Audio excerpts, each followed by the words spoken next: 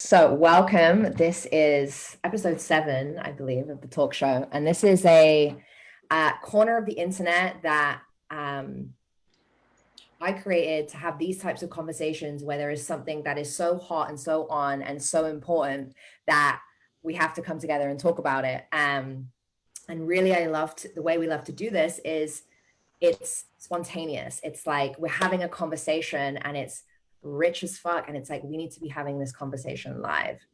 So, how this came about is yesterday I posted on Facebook and I said, men, what does it feel like to feel a woman who is clear and frothing for you? She is clear in her hunger and she is frothing. What does that feel like? And I'm so grateful for all the men that watched, that responded, and all the women that responded, and everyone that came together and said, and really received that prompt. And there are a number of comments on there that really sparked a conversation between the four of us. And that's what we're going to talk about today. We're going to talk about what is feminine hunger and what is frothing and what does it mean to be clear?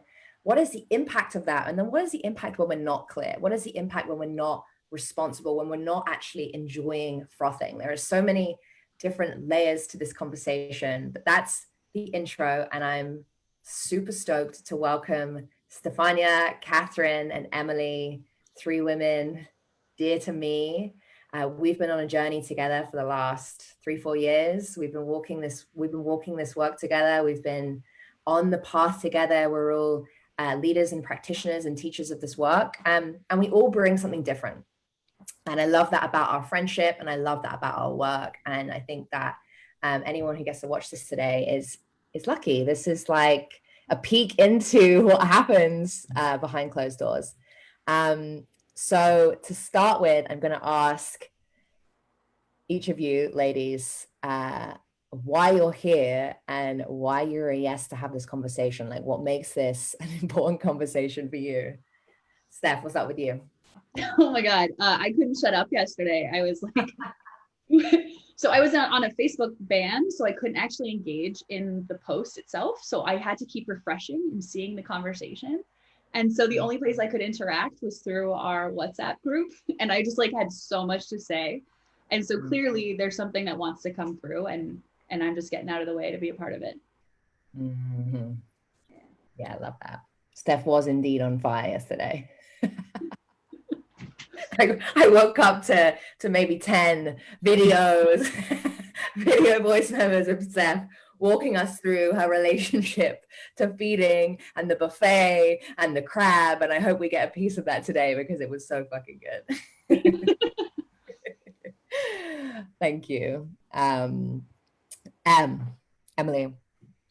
Yeah, I'm here because I couldn't help but remember all of the times where my wires were crossed around personal power and feeding and scarcity, and being afraid or being judgmental about things that I really wanted secretly, you know? And so I just wanted to participate in a deeper conversation about what that journey looks like, because I see so many women that still the wires are crossed around it. And I want to be a part of helping clear up what that mature version of it actually looks and feels like. So I'm so honored to be here. This will be fun. I just remembered something, and that is, that was gorgeous. And I remember that I appreciate you naming what it is like to have the wires crossed, because Emily, and I've said this in other places, but you were actually someone for me when I came out of a relationship where I was not fed and I had not taken responsibility for my feeding, and I was completely starving coming out of it, and was like just this like kind of tiny baby who like hadn't fed in all the ways. We're going to talk today about like feeding. What does that mean? This isn't just about sex, right? This is about so much more than that. And I remember you were really one of the people for me that really reminded me of that, really reminded me that I was so I was in such a place of deprivation after spending all of my energy and resources in this relationship where I didn't take responsibility again and again and again and again. And it had an enormous impact on my life force, my entire life, how I felt about myself, so many things. So you have been really fierce with me in a loving way to remind me of how important it is to feed. And we've all, I think we can all relate to being in the place where we haven't done that, where we haven't taken responsibility, and where we haven't allowed ourselves to be really honest about what it is, what's really in here. And since that moment for me, and maybe I'll share a bit more about it later, that was, nearly 2 years ago. I don't recognize who I was then. And I think that's important to say, because everyone's on this journey and everyone's in a different place. Yeah. Totally beautiful. Catherine. So clearly our conversation yesterday on the thread was on fire. So I definitely wanted to be part of it. The conversation around it and the way that it gets charged in these pockets, I find fascinating. Something happens in the world outside of us and it rubs us somewhere sideways, and then we perceive it. And so the four of us come in having this conversation about this thread, and we all come in with like different perspectives. And I love that, because we have been on this journey for a while together. We have our own clean version of what happened, right? And so there's the fact of what happened, and then we have our own like particular sight as to what we're seeing. So that's why I wanted to come on today. And as far as what came up for me, or what comes up for me when I think about feed and hunger, there are places in my life where I have complete approval for feeding. And if I'm hungry, but one thing that I haven't been so great at is the frothing piece, right? I get hungry for something, I decide somewhere, like my defense mechanism is to decide if it's within range, if it's something that I can easily have. So my work has been, how do I increase the range so that I can sit in the discomfort of having something that I don't currently have in those areas? And with that sort of defense mechanism, I can easily take myself out of the game. Mm-hmm. Right, because I decide ahead of time that thing is not for me, so let me feed elsewhere, or let me put my attention somewhere else. And so I'm just excited to be here and see what comes up. I'm after you sharing that, I think we should talk about, what does frothing mean? Because we're gonna talk about frothing, and it's an expression I love, and I think it communicates so much, but I don't think people really understand often, what does it mean to really froth? Like really and truly froth. So Catherine, you were just saying there that you're really good at the feeding part.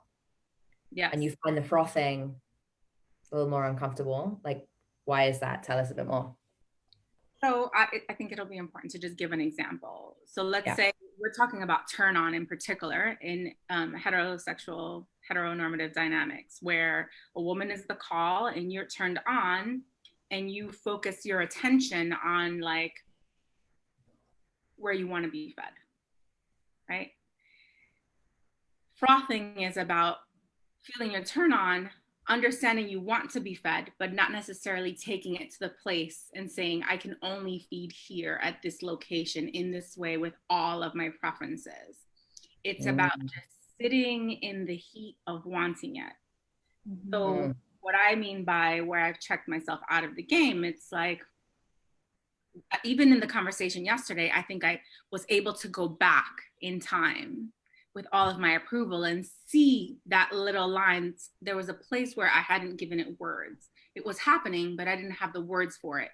And so I feel really grateful for yesterday's conversation of our back and forth. I was like, oh, actually what I was doing is feeling my desire come up, my hunger come up for this particular experience. In this context, we're talking sexual experience. And I would lean out or put my attention on something and say, oh, is this a yes? Like, is this an energetic yes? Like, does this feel true? And I was like checking with the energetics of something, and then I would lean in. And if I checked in and said, oh, is this a yes? And I got a no, I was like, okay, so let me sit with my hunger. Where else can I take it?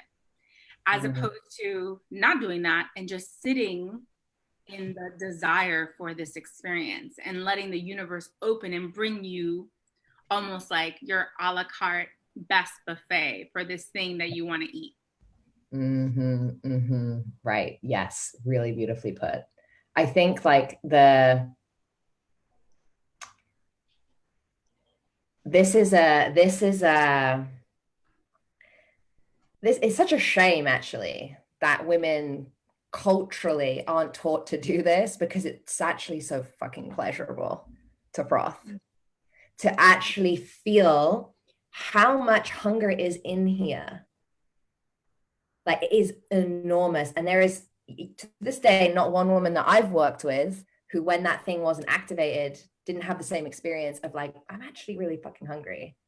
And like, if I get out of my head, and my head wants to say, well, I'm hungry, I need to feed. And if I don't feed, then I'm not wanted and I'm not a valuable woman. So therefore, this means acquisition and I need to go get it. If we take that out of the game and we actually sit in the like primal hum of letting that thing just move through and create what it actually is here to create without gripping to it happening, so much happens in that space in between.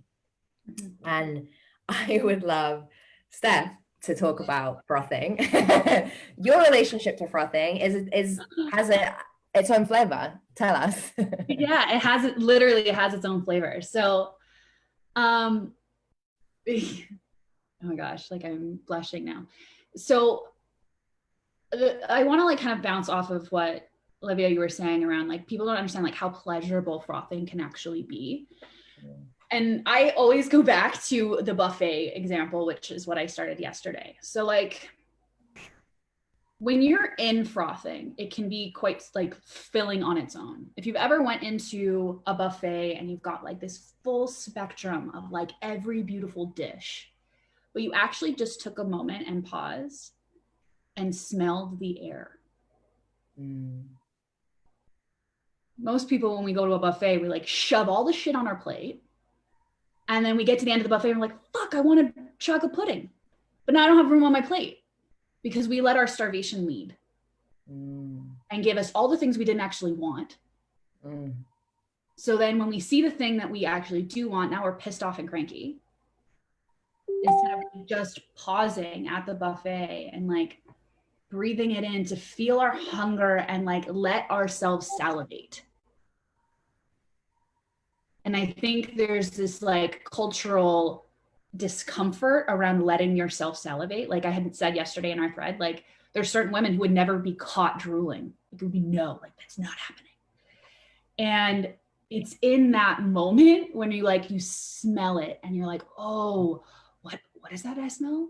And then you like turn your head and you see the thing that you want to feed yourself with. And that is like actual satisfaction. And but like also note, like just in the smelling of it, you haven't eaten anything, but it's in the smelling that's satisfying.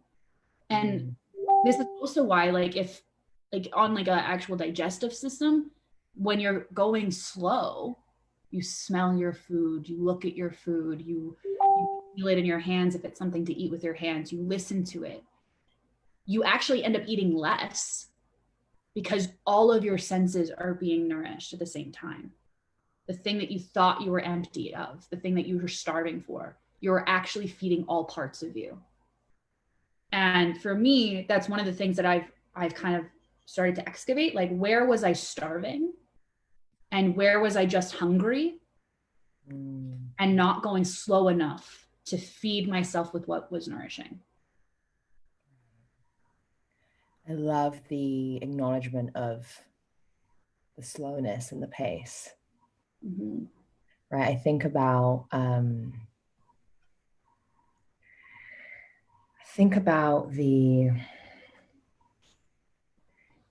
I realized this recently in like having sex for the first time in 6 months. Like, it had been a really long time since I like had that kind of feed.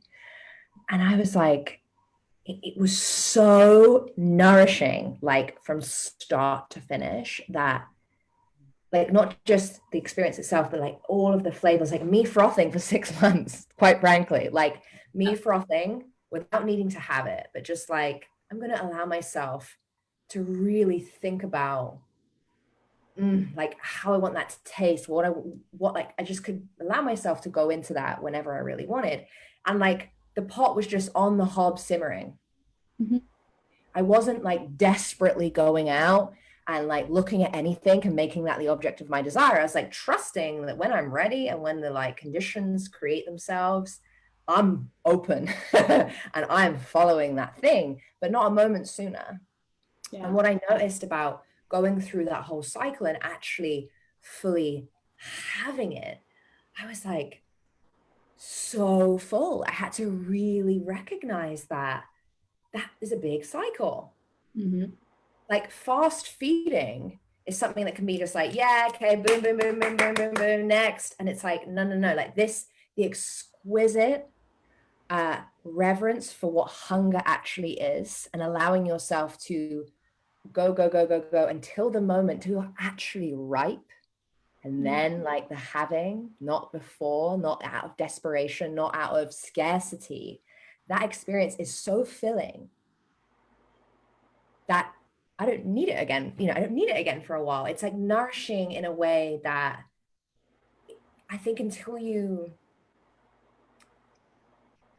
yeah, wow, I just got taken on a ride there. I was like, I just got taken right back into it. See, now here's the thing, right? Like, yeah, you remember a really good meal. yeah. Like, that shit's unforgettable. Yeah. But fast food, Yeah. it's like anything else. It's like, okay, whatever. And this is like the differentiation. Like, yeah, we can all go get fast sex and like fast eating, but it's not the thing we're actually hungry for. And I'll never forget it, because when I first dove into the work that we've done, Nicole Daedone actually said, like, women are hungry for something that's not on the menu. But I grew up in a house where my mom ordered off the menu my whole bloody life. And that's like the most important lesson I've ever learned. Like, you don't have to order off the menu, like on the menu.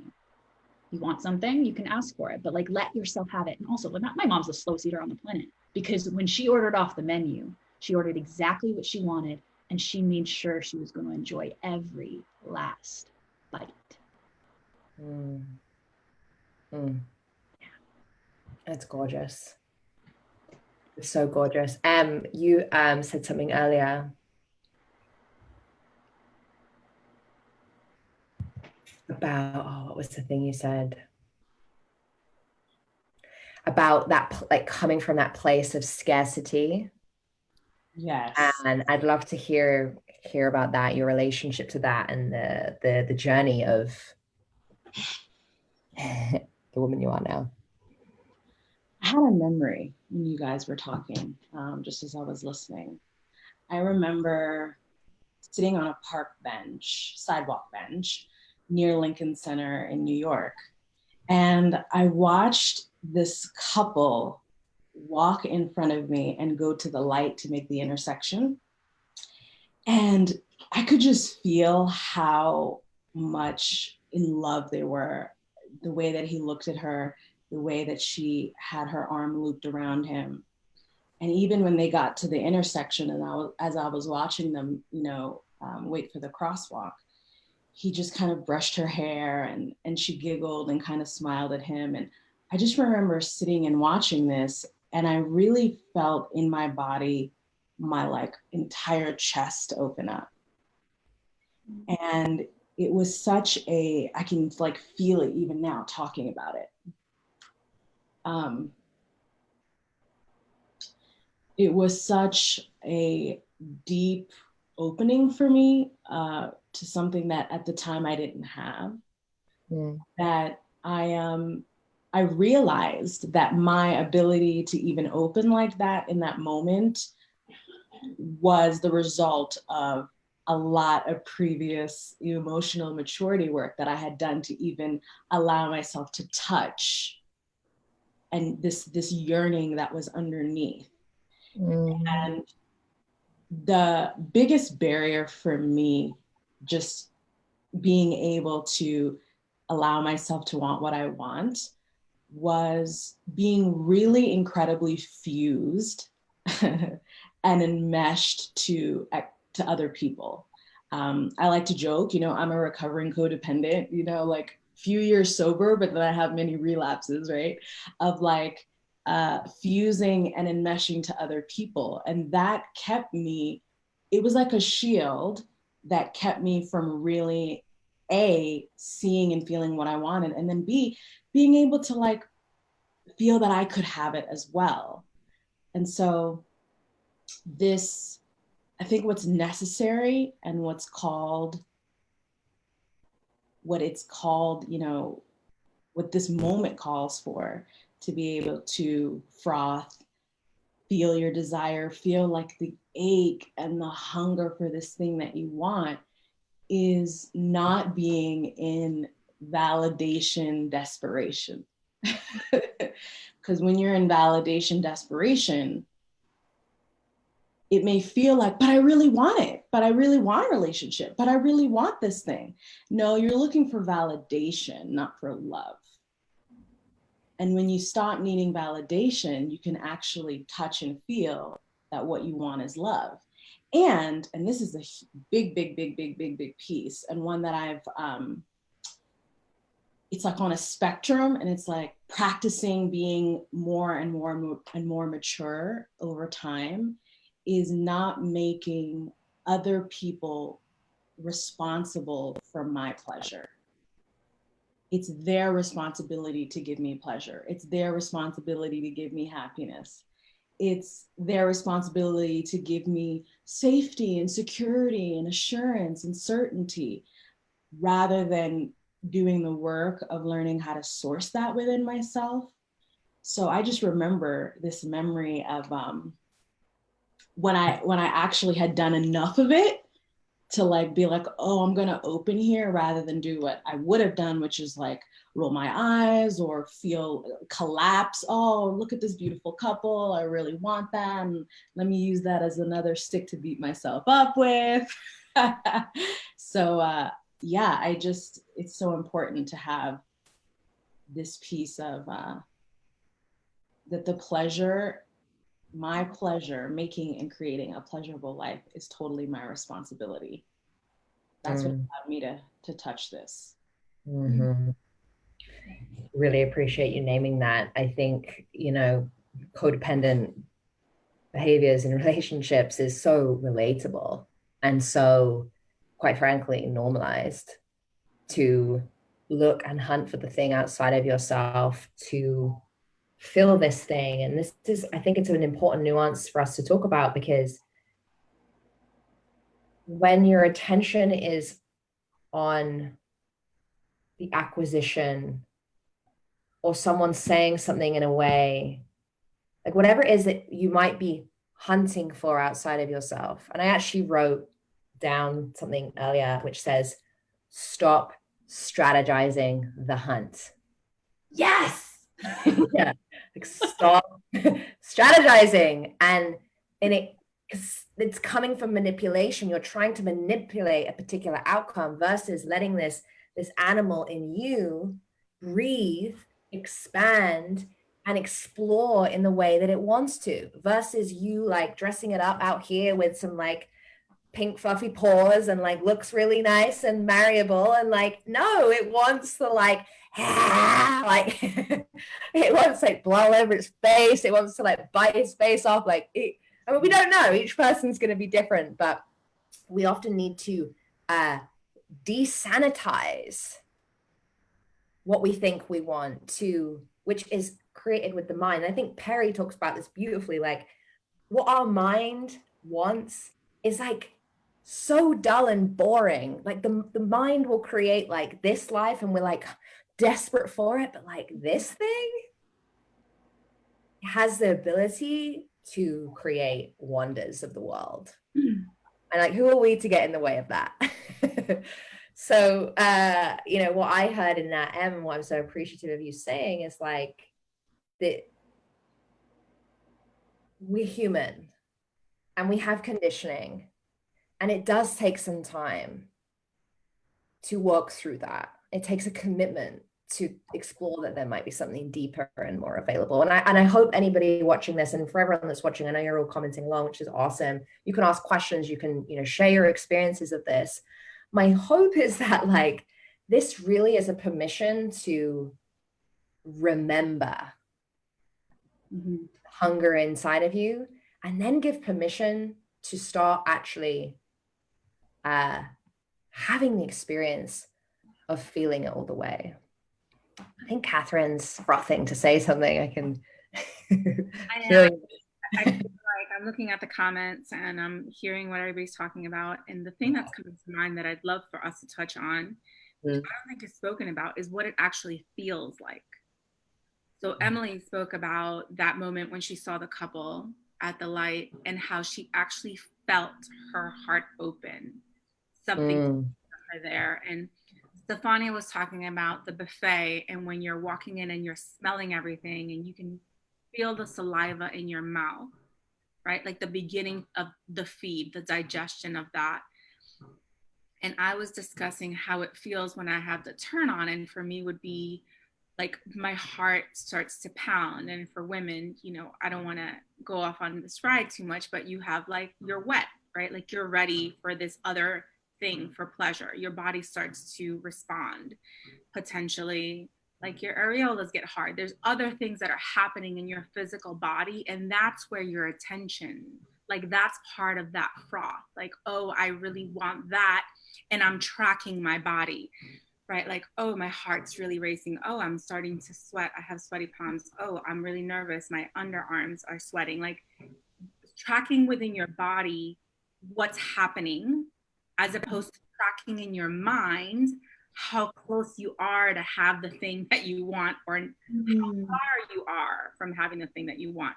So I would love for everybody to kind of to add the sensation of physical sensation of the froth, because I think it's really easy for us to say, you want to sit in the froth, or, oh, you just want to love yourself more, or, oh, you just want to be resourced. But what does that actually mean in tangible terms, so that a woman could be sitting there saying to herself, oh, this is what's happening, and this is the canvas, and this is what I'm playing with.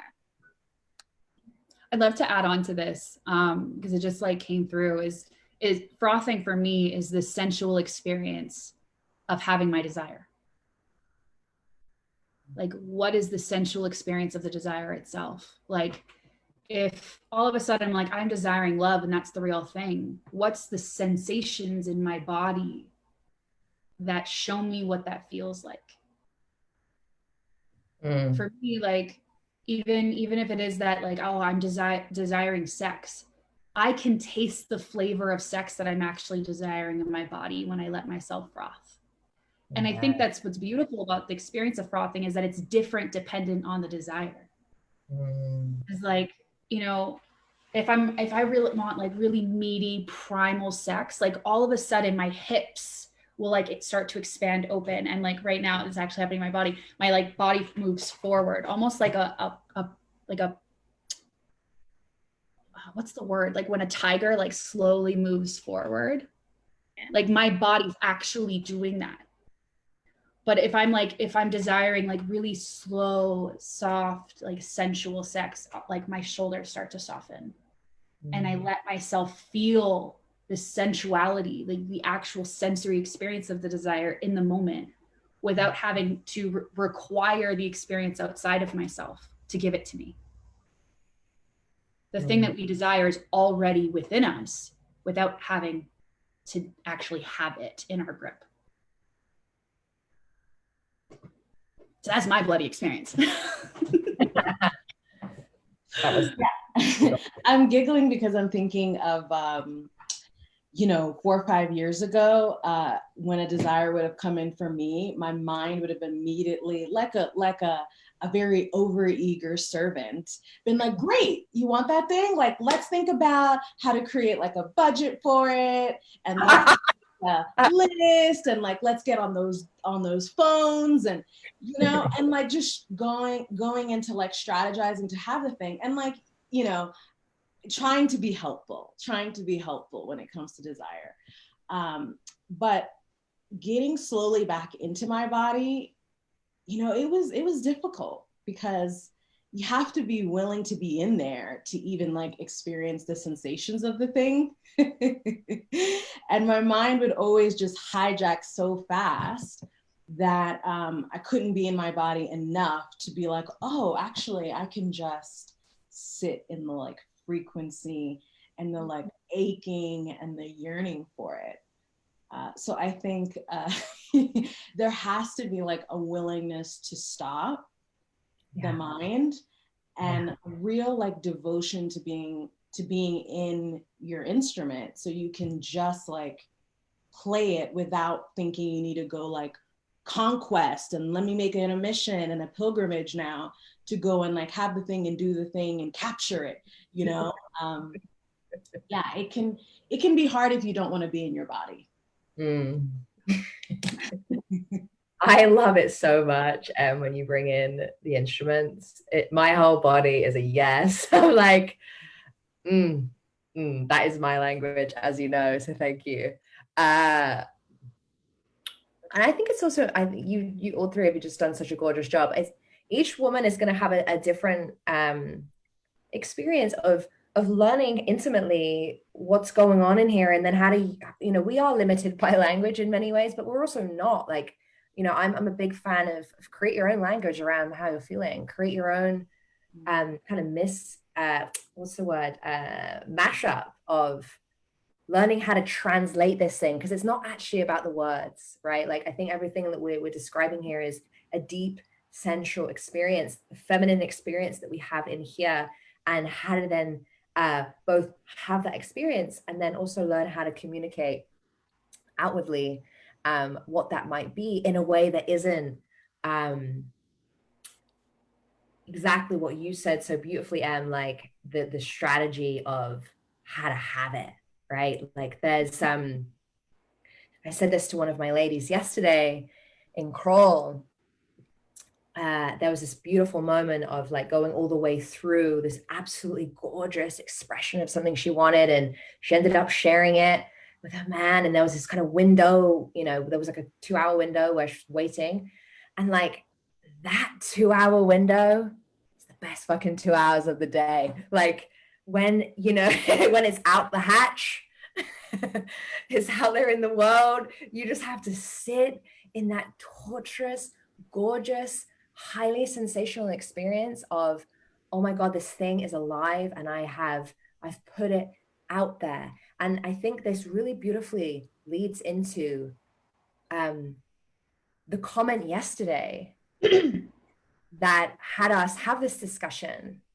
I think I want to share it, and then we can unpack the difference between like what this person was saying and like the experience we're talking about here. Yeah, okay, great. So as I said at the beginning of this episode, if you're just joining us, this was inspired by a prompt, like all good talk show episodes, a prompt on Facebook. And the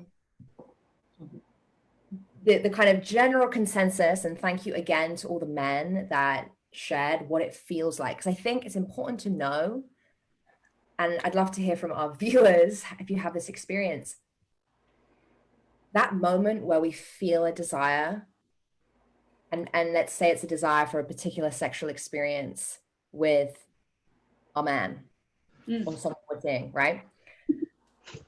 What gets in the way of that being like fully out the hatch and just like out there without any grip or attachment is all of the stories of what it means about us that we even had that desire.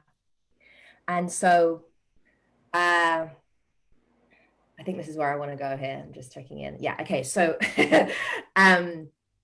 so much of that 2-hour window I was just referring to is ruined by the mental masturbation that can follow, that is beating you up. The fact that you are so hungry, he's going to hate this. He is just so upset that you've interrupted his workday and you've told him how much you can't wait to devour him later. He is going to be so inconvenienced by this. Like, who relates to that voice coming in that's just like, you have fucked up the world by even wanting this thing, and God forbid that you just expressed it, right? I have those experiences, far less so now, but certainly can relate. And I remember a time when that was all I thought about was just like how dangerous this thing was and how inconvenient the world was going to be. So if you want to read the thread from yesterday, evidence suggests that is incorrect. In fact, men absolutely love to feel the clarity of a woman's hunger and her frothing. And there's some really beautiful comments. I'll actually read a few. We'll start with Kevin. Kevin, you are the MVP. He said, it feels like my body moving on its own because it will. Next thing you know, my face is between her legs. Thank you, Kevin. Everybody loved that one. And there was some other really beautiful things around kind of this galactic experience. Daniela's beautiful partner said something absolutely gorgeous about what it feels like when she comes to him fully clear and fully frothing. Now, we had a comment that was kind of out of resonance with the rest, but it's an interesting topic. So we're going to look at it, right? There's no like wrong or right here, just a very different experience. Olivia. Yep. I just want to make the distinction here before you read his comment that there is frothing in your energetics as a woman without speech, without any physical movement, without you leaning towards it. Like you can be standing at the entrance of the buffet and nothing else is happening. You can be looking at the couple and like you're having your own internal experience. And I could be fully turned on and have my eyes on something, and the other individual does not have to be verbally prompted.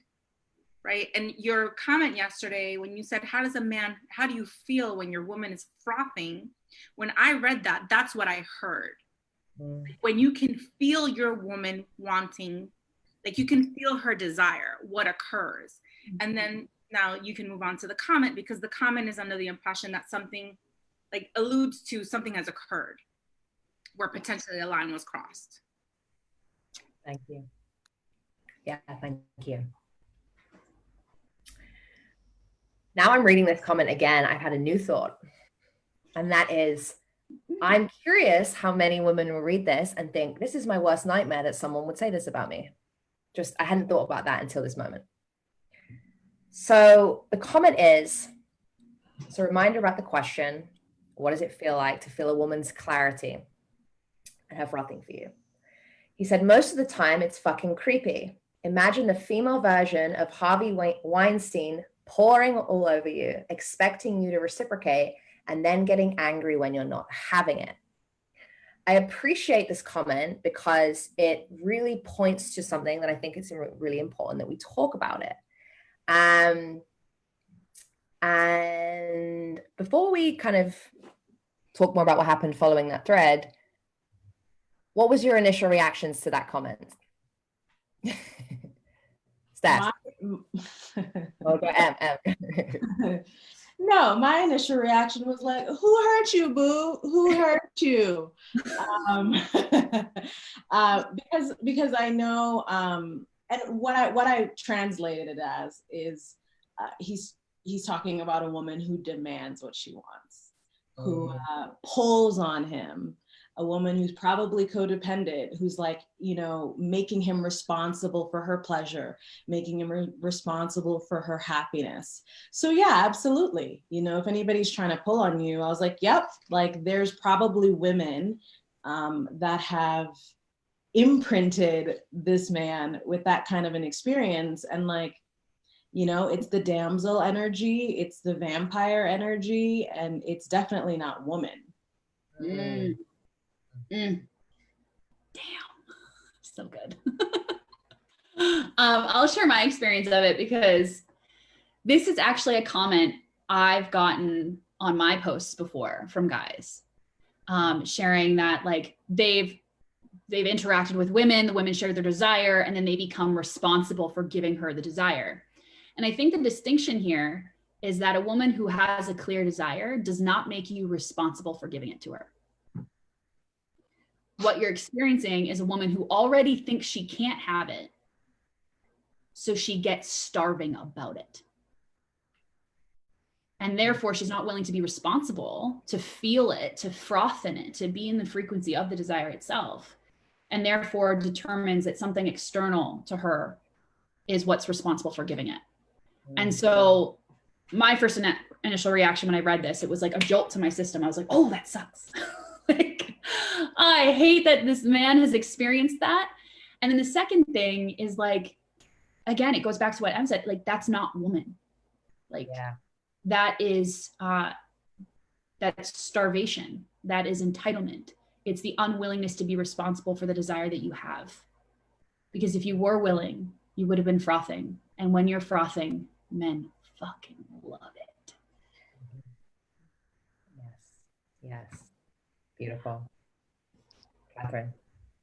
I was like, damn, that woman must have some strong ass energy. I love it. For him to feel her hands on him and she's just sitting in her own thing. Like, how hot is that? I thought, wow. Didn't click to me that potentially was talking about something different. And it could just be because my experience, I don't get that experience often where I get that complaint. Like, I don't hear that version of this often about a woman not taking full responsibility or making it about him, that sort of thing. But that was the biggest thing when I heard pawing all over you. I was like, if she's sitting in her froth and you're just feeling her, how does it feel like she's has her physical hands on you? Like, that felt really strong to me. So she's either really powerful or something is off, right? Like, there's a story there. And when I read the part of like her getting angry for not having it, like, well, if there are no words exchanged, it felt like we were in two different places. Mm-hmm. That's what I read. And so clearly it sparked all of us on WhatsApp to right now. That's what happened for me. I felt, oh, his story and what's actually happened in the post are two different things. You have men that are leaning into their woman and he's feeling violated. I think go on. No, and I was thinking, well, what did I miss? Because me sitting in my froth and then for somebody else to perceive it as violating when I'm having my own internal experience, feeling myself, feeling my turn on, feeling my thing. And for you to feel like I somehow energetically jumped over there and I'm touching you and now I'm pissed because I can't have you. Like, what happened was sort of my thought. Yeah. Well, we're talking about two different things for sure. And I think that it creates such a gorgeous, fertile conditions for us to distinguish the two different things here. Because I love what you just said about like, I'm having my internal experience. And, you know, we talk in the language of energetics. This is an energetic invitation, like be an invitation to something bigger than the thing that's being spoken about over there. And this, again, you know, I think back to some of the questions I get asked with the women I work with. There's so much disbelief that the invitation is enough. And there is so much unlearning of the strategy of, you know, the strategy of manipulating a specific outcome with a man. And and just to kind of disclaimer here, we're going into the realm, this is a chargy topic right now, and I appreciate we're speaking about it from the other side, because there is many experiences where women do not take responsibility for what they need and want, and therefore hold on and literally make someone else responsible for it. And you know, I've heard multiple times how terrible that feels from a man's point of view. I had done that. I have not wanted to crawl through the trench of my opening, and I have demanded something be available right now to someone that very clearly wasn't available for that. Like, I have done all of those things on my maturation journey. Now, bringing in Harvey Weinstein is a very specific thing to do. And I realize in doing that, this conversation becomes something else, because it's like the most extreme predatorial behavior. But I think if we can bring it back to like the kind of the dynamics that happen all of the time, the impact of a woman not taking responsibility is how it feels for a man, and it doesn't feel good. Mm-hmm. Yeah, we could totally go down the rabbit hole, right? Of what do you do as a woman if you feel actually preyed upon, right? If you're preyed upon, where then, how can you possibly open? How can you possibly stand strong? How can you possibly express yourself? Like, how can you possibly have a desire that isn't violating to other people? And I love, Kat, that you use the word violation, like, because that's really what it comes down to, is like, how does my desire violate you? So it's a real line in the sand of like, my experience doesn't have to make you feel like I'm invading on you because I asked my man for this thing, right? So there's like a maturity required for both people. Whereas even if I'm messy and like demanding something, or like asking for permission, or coming with like, can I please have some, any kind of version of like starvation, he can still be in his king. And like, yeah, and I've had it, right? I've had men be like, that sounds like that's your responsibility, right? It's like, like, he's calling me to maturity here, and like, I know it, and this is an opportunity for me to step up, and vice versa. Like, if he's coming with something, or if there's a desire being shared, for me to not feel violated and victimized by like the world and external desires to me. And so this comment about like, but what if it's Harvey Weinstein? What if you're being preyed upon? It's still the same process, which is like, here's where you stop and I start. Yeah. And my desire doesn't have to violate you, and your desire can't possibly violate me.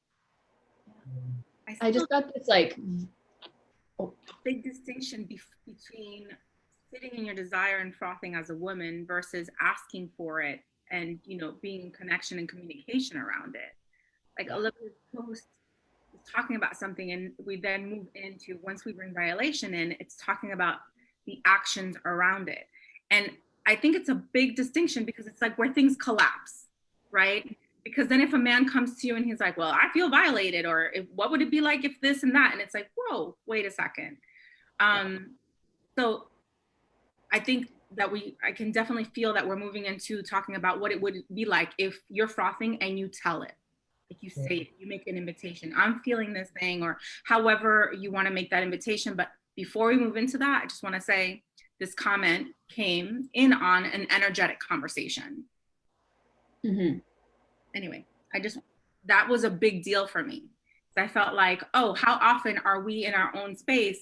Somebody comes and says, hey, X, Y, or Z happened. And you have to kind of check with yourself. Well, did I actually move into do something with you?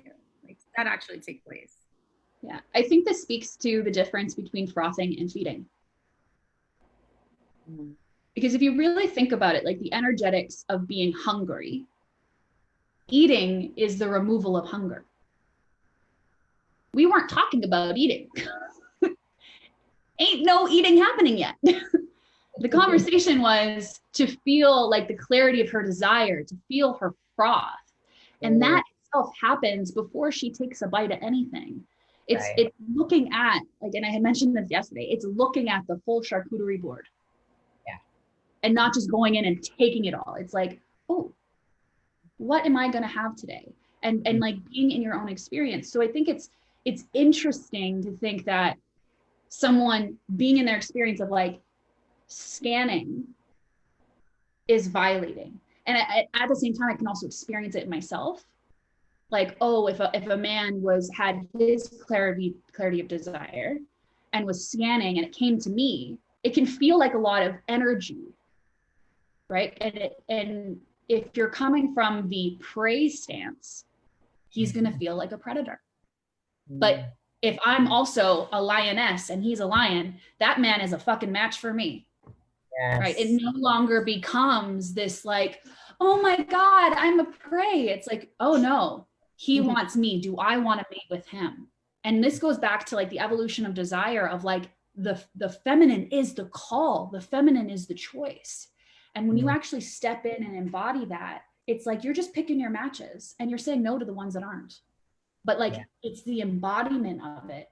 And so for me, in my experience, and I would love to hear your guys' perspective on this too, when I'm willing, like the further willing I have, how do I want to word this? Hold on. The more willingness I have to feel my froth, the more power I have to stand in it and like invite who's actually going to be a part of the feeding process. But the feeding hasn't taken place there. So there is no violation unless someone is coming from a prey stance. Does that make sense? Yeah, totally. The thing that's kind of coming up as I hear you will talk about this is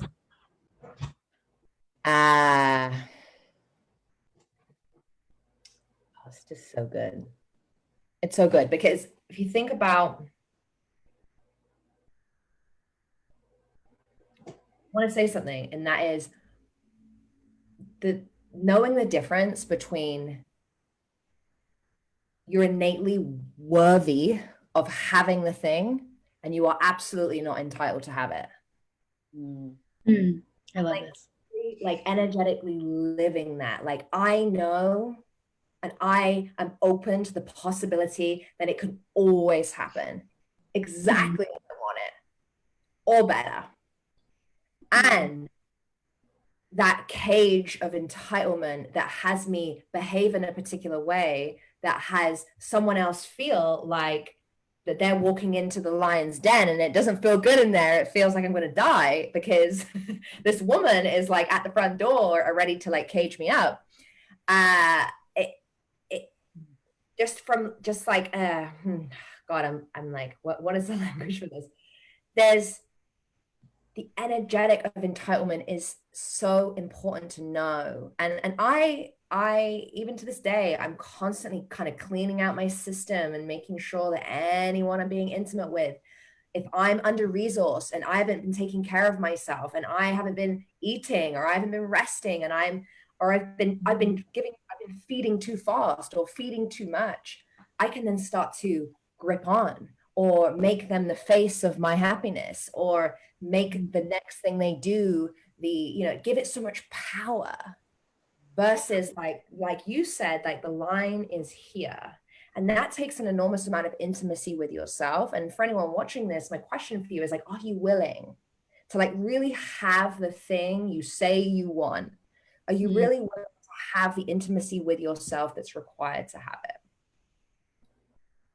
Yes.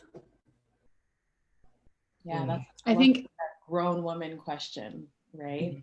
Because I was a bit disappointed when I saw the comment too, because it just made me want to turn to the women like, what's up? Like, what are we doing out here? And maybe it's because I talk to women from all kinds of different places that like this spot of this degree of emotional intelligence and maturity is like, it's not common, right? Most women are, well, look what he did to me. Right? There's always some version of like, look what he did to me, or I can't have it, or it's too much, I'm too much. And that coding is so encoded in the average woman that it's hard to unwind all of that first before like constructing a woman who can be like, yeah, I can choose not to collapse. Like I could faint here and be like, oh, I don't really want the thing and go into denial. Or I could say, I absolutely deserve that thing. I demand that thing. And like both versions of that are like on the wrong, they're opposite ends, but they're still, so somewhere in the middle is like, ooh, I can have this thing. I can want this thing. I can just feel this thing. I remember last week I saw a car and I'm not even car or whatever. And I just had this visceral experience of like falling in love with a machine. And I was like, holy shit, that's my car. Like, I didn't even know that I wanted it. You know what I mean? It wasn't anywhere in me. I was like, oh, I didn't even know that I wanted that until I fucking saw it. And like to be able to really allow your oneself to like sit in it and want it and see it. And like just the seeing of it, like, oh, it exists was so, and is still so fucking satisfying that like, you know, how beautiful will it be to have the thing, or to just savor the idea of the thing, you know? So it can be really, it can be fun. It could be a mind trip. There was one thing that I remember us learning around like the desire cycle, and this idea of like you have to be open to receive it. And yesterday I was sitting with it because I work a lot with entitlement in my work as well, because we deal with money and worthiness. But it's like entitlement makes you unavailable to receive, period. Like it's a gripping, it's an attachment to like, I need to have this thing the way that I want it, that you can't even see. Like you're not open enough to see the thing you didn't even know you didn't want or that you wanted, right? So like, and like you've got a system that's like receptive, so that you can actually take a look around and be like, a car I didn't know that I wanted. And like, oh my God, I just fell in love with the machine. And like, again, be witnessed in your own drool. This entitlement is like, it has to look this way. And like, I always refer to this as like the Veruca Salt from Charlie and the Chocolate Factory. They're like, I want it now. And like, had Veruca just been a kind little girl, she might have gotten the whole bloody factory. But no, she needed those golden eggs. Right? Like, it's this like grippy and like attached thing that you don't see the whole picture. You don't get to look at the whole buffet. And it's actually like, no one wants to service that.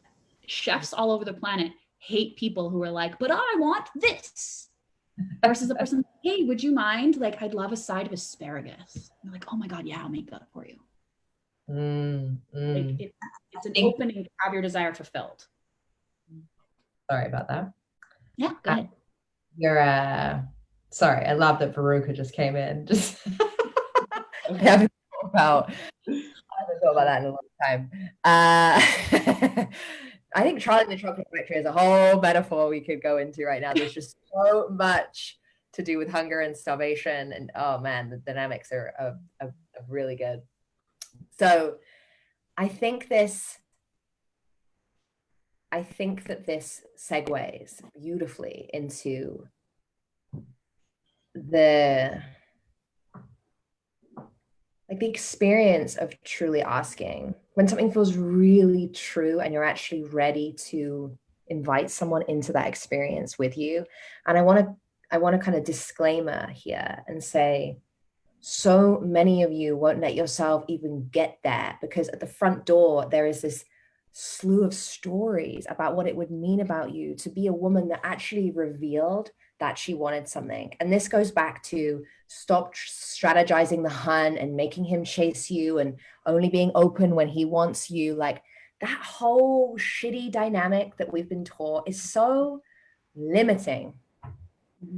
Sitting and waiting until the conditions present themselves until you open. And I also get that, like, what we're talking about is actually over here, and there is a road in between of learning to build the muscle of actually realizing, hey, wow, I'm actually really hungry, and hey, that's actually a good thing, and hey, wow, it's quite destabilizing to feel this much, and hey, wow, now I'm going to actually step out into the realm of asking without attachment. Like, what does that really look like in a way that feels so good for the person receiving it? Catherine. So what's coming to mind for me right now that I'm feeling into is this, there's like a spot where we don't often have a conversation around it, which is, you know, a lot of times people say the phrase, like, it's all about the journey, it's not about the having, right? And it's a cliche, but something's actually happening there. And so I kind of wrote some notes because this feels really important when I feel into this. Like, you're willing to feel the sensation, and we covered the froth. And then you're about to get into the invite, the request, the verbal something, the translation of what's happening in your landscape. Some women cut themselves off there. They decided they're not worthy, or they're entitled to having it, so they're going to demand it, right? We haven't quite gotten there. But the gold is in the deciding that you're going to make the invite, And it's okay to not get it. Because when we say it's about the journey, it's like you're willing to feel it, you're willing to ask for it, and potentially you don't get it. And if you don't get it, it's like, who are you? What woman, what part of you shows up in that space? Because that's really where, as a woman, we take responsibility, and that's our impact, right?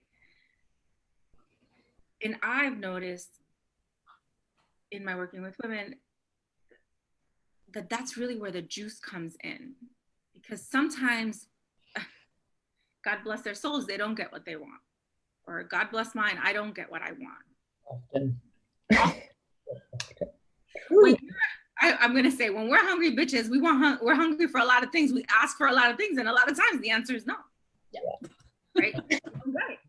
And we've been by society that if you don't get it, well, something's wrong with you, or you're not good enough, or you need to have X or reach this space where the whole world opens up and the sky just like rains unicorns.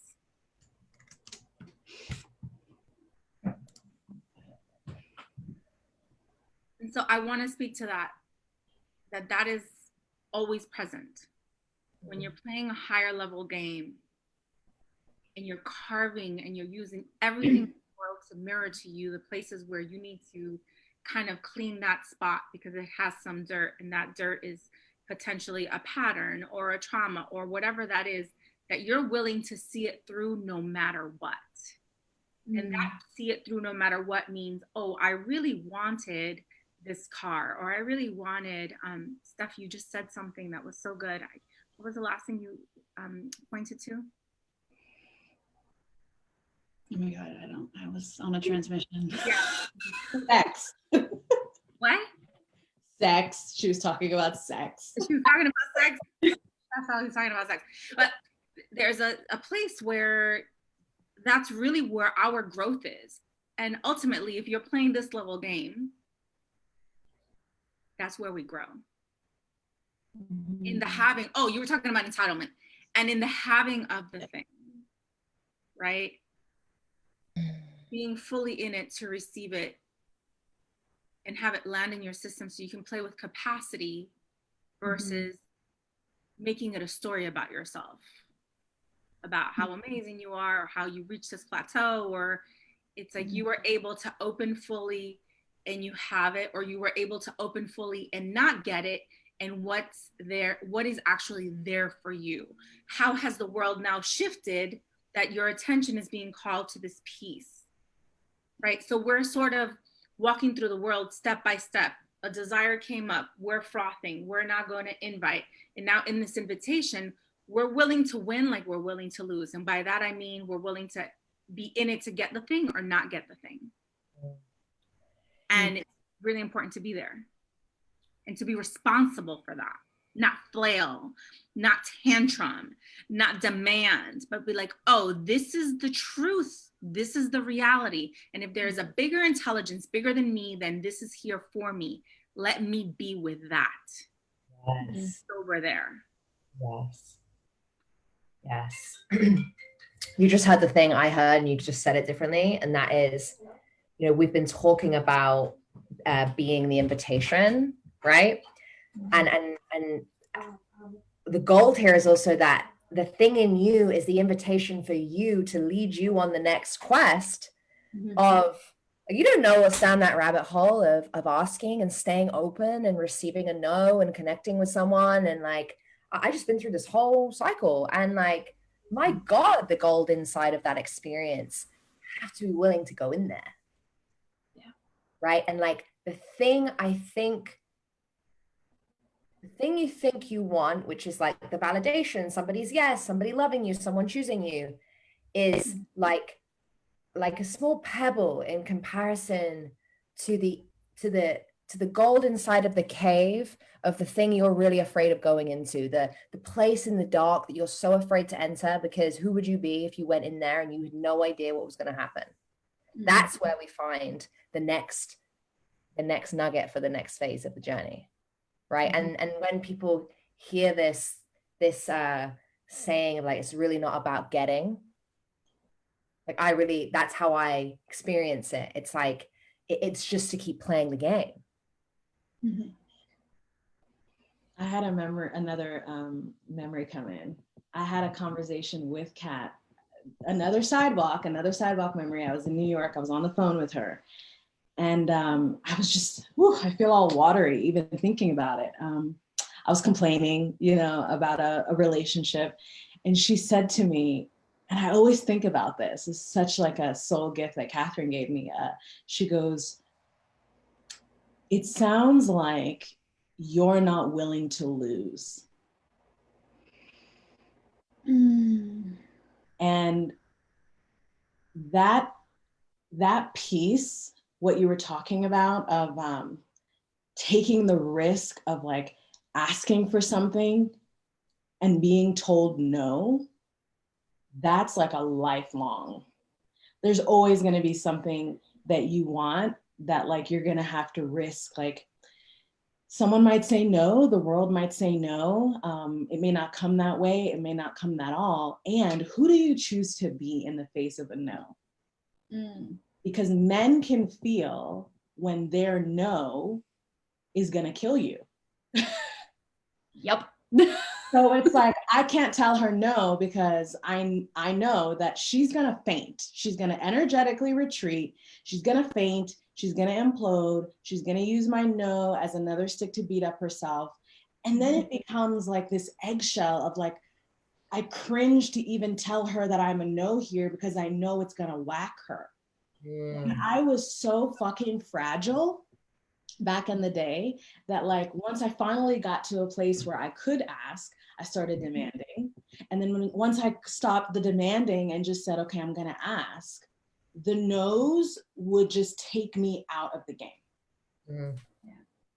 I think the practice of like, even if they say no, even if the world tells me no, I know how to hold myself up. It's like soul codes. It's like deep, deep, deep surrender. And that's how you make the game not about the thing, but like, ooh, who do I get to be here? Who do I get to be if he says no? Am I going to collapse? Am I going to fall apart? Am I going to get brittle? Am I going to get resentful? Am I going to be, bitter Betty? Oh, I didn't get what I wanted. Or do I get to like, is this an opportunity for me to fucking woman up and be like, okay, I hear you and I'm not going to make myself wrong. I'm not going to make you wrong. I'm going to sit in it and just fucking let that shit burn through my system and like try to stay awake as possible. And then over time, it's like, wow, I'm still upright. I'm still upright. I'm still upright. I'm still upright. Yeah. It's like, this really touches on what Catherine said. Like it's an expansion of your capacity for your desire. And like Emily's description really accurately reflected what it's like to expand that capacity. Like there's going to be spots where you contract and there's going to be spots where you expand, and it's who are you regardless of those. Like in the face of a no, do you like totally contract and withdraw, or like do you totally energetically faint? I love that term, by the way. And it's something that a lot of times we don't talk about, especially in like the realm of coaching and pleasure and whatnot. People like to get into like, you must have it.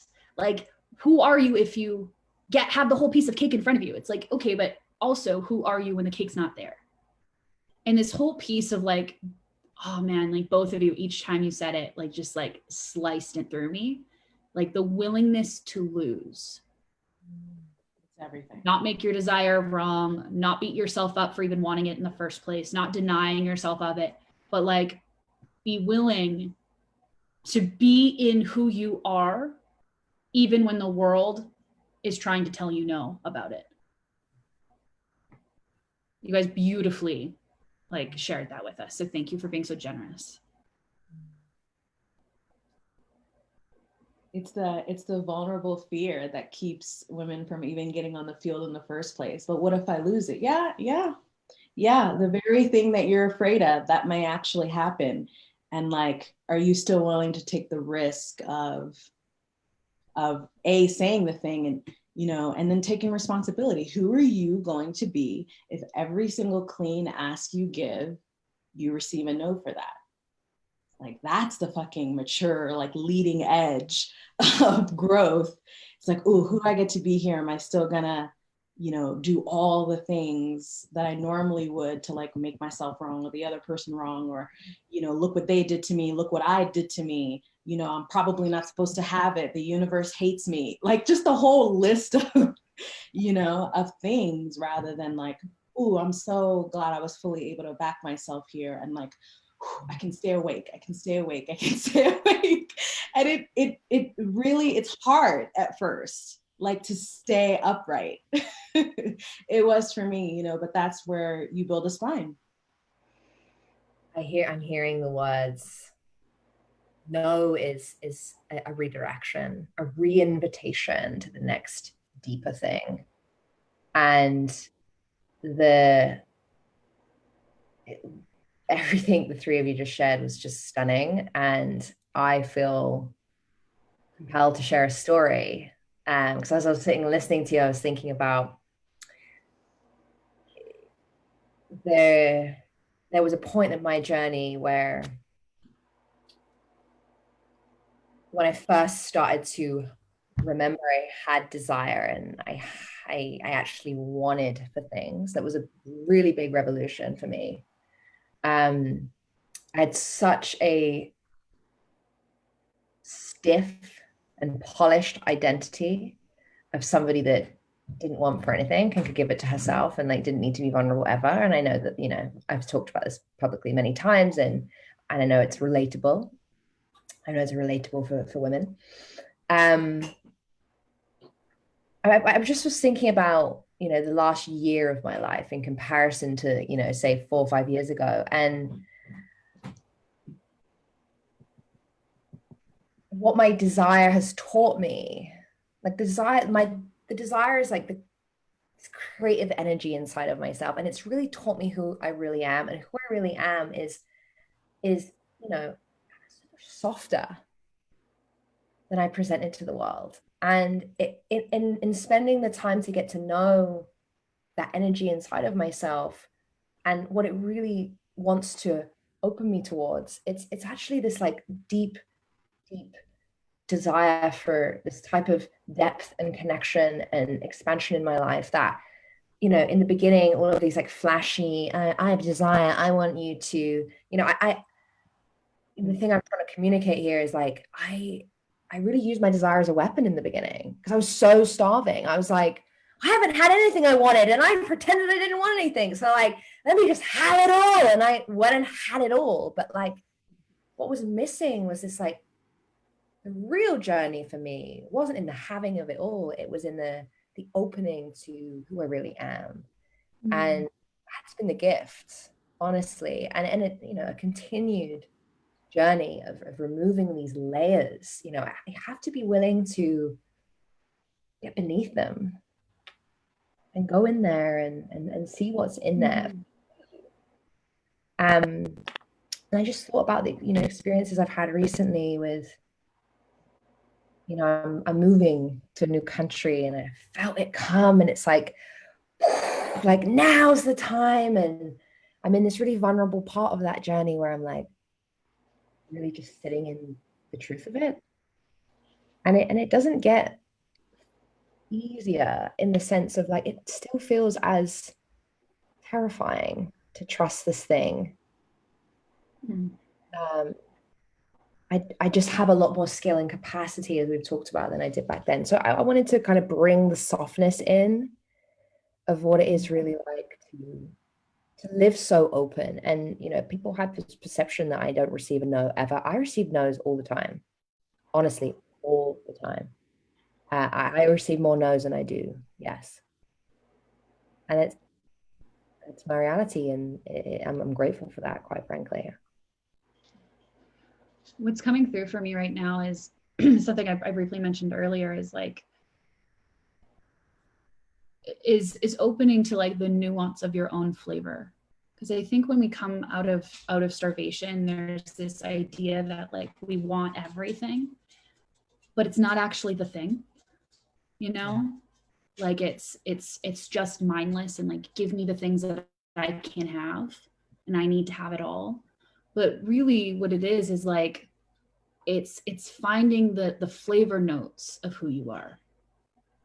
And that's one of the, like, for me personally, that's been one of the hardest lessons, because for years I thought I was this fiery, like feisty thing.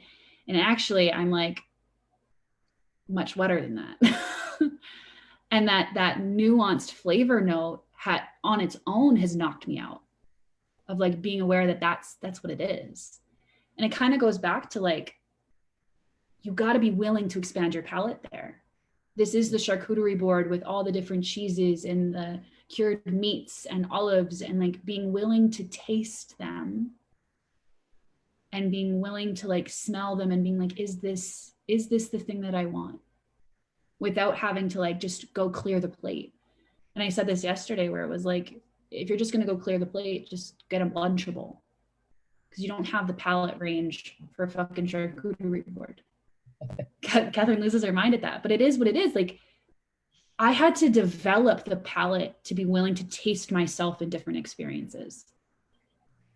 That I'm not always like this very palatable, my desires cannot be fulfilled by everyone. And so I'm going to get a no.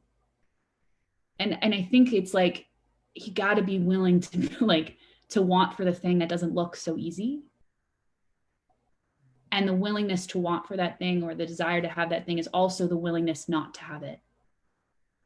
Because you have reverence for yourself and how you're going to nourish your body and your soul and your spirit. And so you wouldn't dare taint that with something that's not the thing. So a no is just as reverent for your desire as a yes. And I personally think that that is the differentiation between someone who's willing to do this kind of work and someone who's not. To someone who's not willing, a no is the killing. But when you are willing, it's like, okay, a no is the opportunity for me to expand my palate and find out what is my flavor, and keep going towards that thing. It's a readjustment. It's a realignment to like what my body's actually wanting for. Wow. And I just want anyone who's listening, I'm just giggling because, you know, from this terrain, like listening to women talk from this terrain can be like, wow. And like, how can I have that? And like, wow, it took a lot of fucking reps to get here. Like, yeah, don't get it twisted, you guys. If anybody's like, this is like, you know, a really like advanced pose. Someone said like intimacy, like to be like, I'm willing to like be intimate with myself. Like to even get to the point where you're on the field to play the intimacy game, like the willingness, the level of like willingness, the 200, 300 reps that you have to do before it really starts to get into place. It's like, it's no small thing. And so if you're feeling like the call and the desire to be more intimate with yourself and like really surrendered and be willing to like not have a no kill you, just know that like, you know, I just want to put kind of a warning label of like, it doesn't have to take time, but it does have to take practice, and practice takes time. So yeah, and what I felt in what you said, Steph, I was just thinking of like soul codes. Like your soul has to be courageous enough to want to stay awake. Because it is so tempting to be like, fuck it, you know, whatever. I'm just gonna demand it. Like, I'm just gonna pull on people. I'm just gonna go eat. I'm just gonna go try to make the money. I'm just gonna like, fuck it. I don't want to do this level of intimacy. Like it's, you're always feeling shit. You're always hearing stuff. You're always holding people. You're always having to hold yourself to a level of like soul standards that's so like, it's high quality standards, like self standards, that it's not always fun. But the willingness and the courage to be like awake enough to keep practicing this like headstand, you know, like in like one of the advanced poses, it's like, that is, it takes a lot of courage to even like want to be on the field in this way. Yeah. Mm-hmm. That feels like an absolutely perfect peak. Yeah. Yeah. Wow. Thank you so much, the three of you, for your yes to do this and create this together. For anyone watching this, love to hear what you're taking away. What is something that got rumbled for you? And yeah, what is it there? What are you leaving us with today? And I'd love to give a little space to each of you to share how can people find you and what you're specifically up to right now, and what is the thing you want them to know. Steph, we'll start with you. Lots of things. But primarily I run a membership program called Bankroll right now, which is all about embodying your self-wealth. So it is this soul level standard and being willing to be responsible for it all the time. It is a membership because that is a practice, as Emily said. It's not a thing that like over a weekend you're going to start doing that. Primarily focusing around our relationships to time, money, and power. So if that's something that you feel called to, or you feel called to like my particular energy, my one-on-one is also open. How you contact me is really easy. You just click my name that's tagged in this video and send me a message. It's pretty easy. There's also a couple links in my bio as well, but I strongly encourage you, if you feel called to any of us, just to start following our work. Even if it's just a small nuanced thing. Over time, I can't speak for everyone, but I know that for me and Liv, like it is a slow process for you to actually be willing to dip your toes in. So just give us a follow and stay in our field to be able to feel if this is really resonant for you and the soul codes that you hold for yourself. Gorgeous, thank you. And Bankroll is sick, I am in it. So join us there. Catherine. I'll start with what I want them to know. What I'm leaving here with today is, even though we spoke about frothing and we spoke about what it feels like to be in your desire, make the invitation, be willing to have a yes or a no, be reverent for that ask and for your desire, that really what we're talking about is truth carving our lives. Like us really being willing to be with our own truth and speaking that. And I know that our truth is different than the truth, right? But our truth is part of the practice. Being really honest with yourself, and in being really honest with others and being responsible there, knowing that we have an impact on others when we hold ourselves well, when nobody has to come in to fix us, nobody has to come in to hold something for us, nobody has to, baby us because they don't know what we're going to do. When we have reverence for ourselves and how we show up in the world, we're really calling others to play a bigger game with us. And so everybody learns through modeling. It's just the way that we see each other, and we learn from each other and one another. I really want to invite the women here to look at how that presents for them. Currently, my one-to-ones are open, as well as I'm opening Letterbox. So we're doing this 2021 for women who want to do sisterhood differently. And that's basically a space for us to play. It's like a skills lab for you to bring in your tools and for us to see what it looks like when you're actually on the mat time. Excited for Letterbox.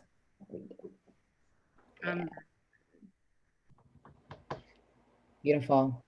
Just like that, check out the tag, send me a DM. I'd love to be in conversation around that. But I'm leaving here with that. I want to make sure everybody knows what I'm leaving here with. Felt you, babe. Thank you. You're always so generous. What an honor and a privilege. I'm leaving here with always so much more permission to be what Steph said, like the flavor that I am. I haven't even announced my new program. Like today was actually day one of me announcing it. So now is as good a time as ever. Yeah. My new program is called Feline. And it is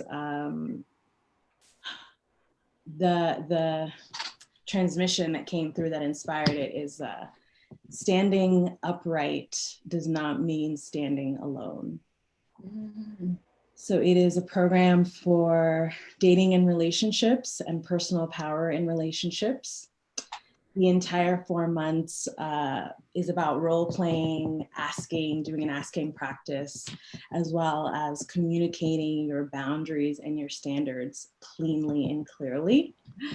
I've been so fortunate to get to role play with different teachers and coaches, and that is always like, you know, what helps me to like stay in my posture. So the entire program is that, along with some maturity work, emotional maturity work, doing an entire timeline around child, adolescence, mature, you know, young adult, being a sage. So yeah, slide into my DMs. I want all the smoke. I want all the juice. Like, you know, even if you're not a fan, come let me know that you're not a fan. You know, I like that. Yeah. So I'm deeply, deeply like humbled and grateful for this chat. And yeah, this is wonderful. So divine, truly. Wow, what a lineup, man. Woo!